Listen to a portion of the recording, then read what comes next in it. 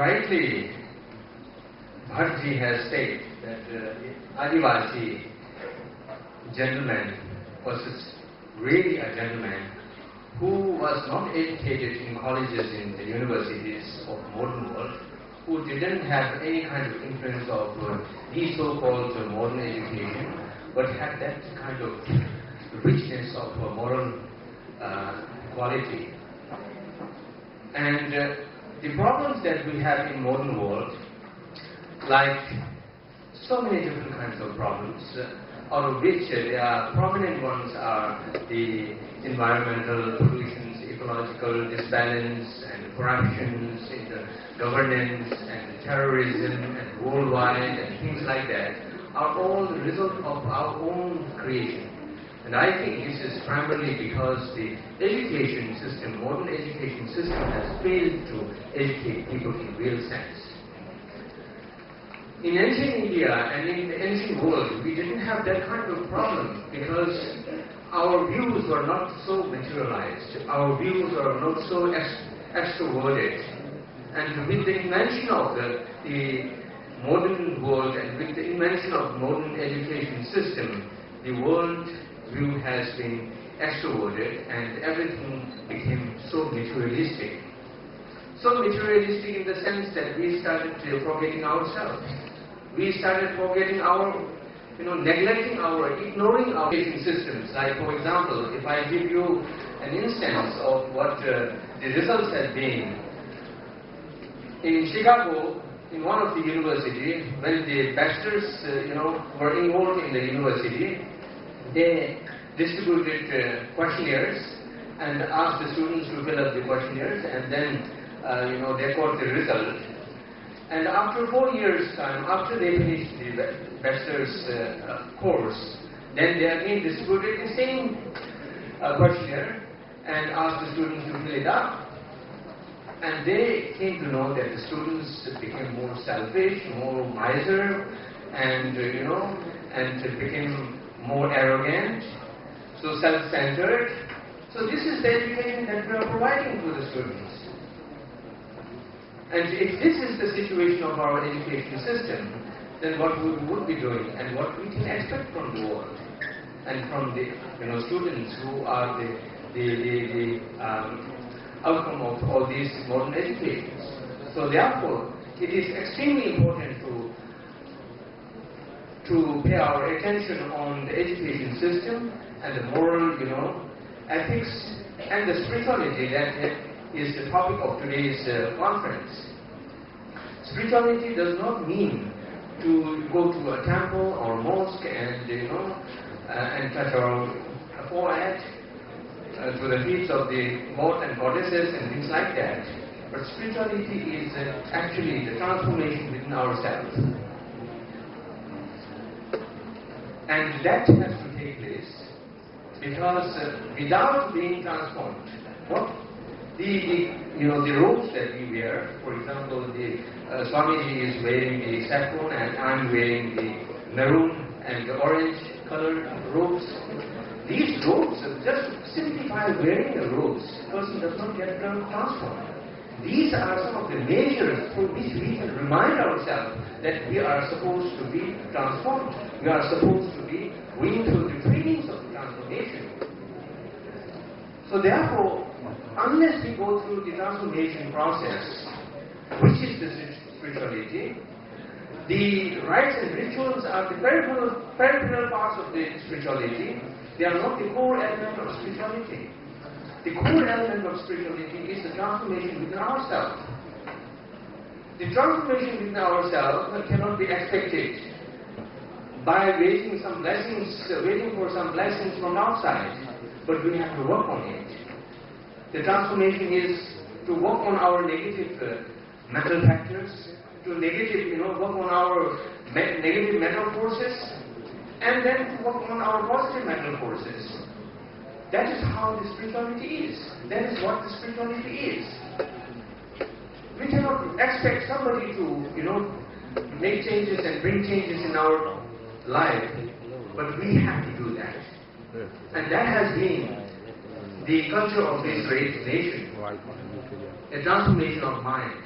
And on, for example, just as many other philosophical schools and spiritual systems, the Buddha has given a tremendous and a vast range of methods and means of training our mind.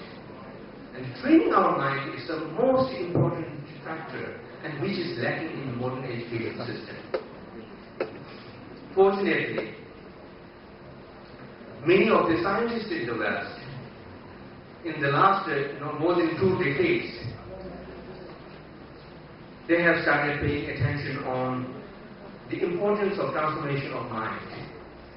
Earlier, before 2 decades, it was not imaginable to have meditators and philosophers discussing with the scientists, neuroscientists, neurobiologists and physicists, and working in their laboratories how the mind functions, how tranquility can transform one's own behavior and mindset, how meditation process can change mindset.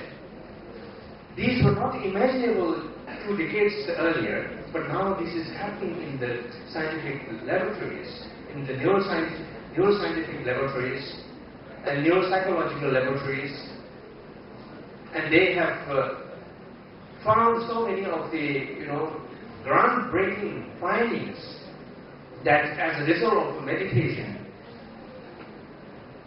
the networks of the neurons gets much more established, they become much more stronger, and through meditation, the neurons' expressions can be changed, the new neurons, and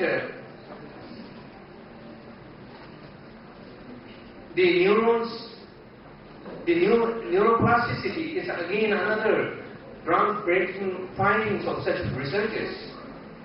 And they have found that those who have meditated for 30, 40 years in their life, their brain system is very different from the common people who have not done so. And they are, as a result of that meditational practice, their mind is much more peaceful. As a result, their behavioral attitude is much more different, much more peaceful. As a result, they can contribute much more to the society through peaceful means and through peaceful behavior. So if we need to address spirituality in the real sense, then I think we need to address the mind-mental system and how to work on mind-mental system. And this is something that attracts a lot of scientists these days, particularly in the West. I think we need to do this kind of researches in India, particularly, where the very source has been originated. In the Western countries, as I said earlier, lots of many scientific researches are being done these days, and many groundbreaking findings have been found.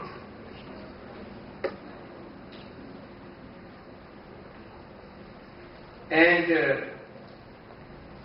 many different fields of studies have emerged in the West, particularly, let alone in the neuroscience and the core scientific area, but also in social science and in management and in many other fields. SEL is about 3 years old now, social emotional learning. Social emotional learning is grounded on the mind trainings that is found in Buddhism. When we are talking to somebody else, when we are working with somebody else in an office, in any kind of a body or committee, whatever, even while we are traveling in a train or in a plane, when we talk to somebody else, then we need to watch on our own emotions. That is how this social emotional learning is for. How we behave with others, when some kind of negative mental forces popped up in our mind, how we should regulate these mental emotions, and how we should work on our positive mental emotions and develop those positive mental emotions. For example, the loving kindness and the compassion and things like that. So these are these days becoming a subject of great interest in the West, in many, renowned universities and institutions and research institutions. So I think in management, spirituality is extremely important. Spirituality in the sense that who can work on our inner mind, to work on our inner personality. The person who cannot manage his or her mind and the mental system, how he can provide a better management in a company or in an organization? After all, the entire source of management for that leader comes from his inner world. If his inner world itself is in a chaotic situation, what can he provide?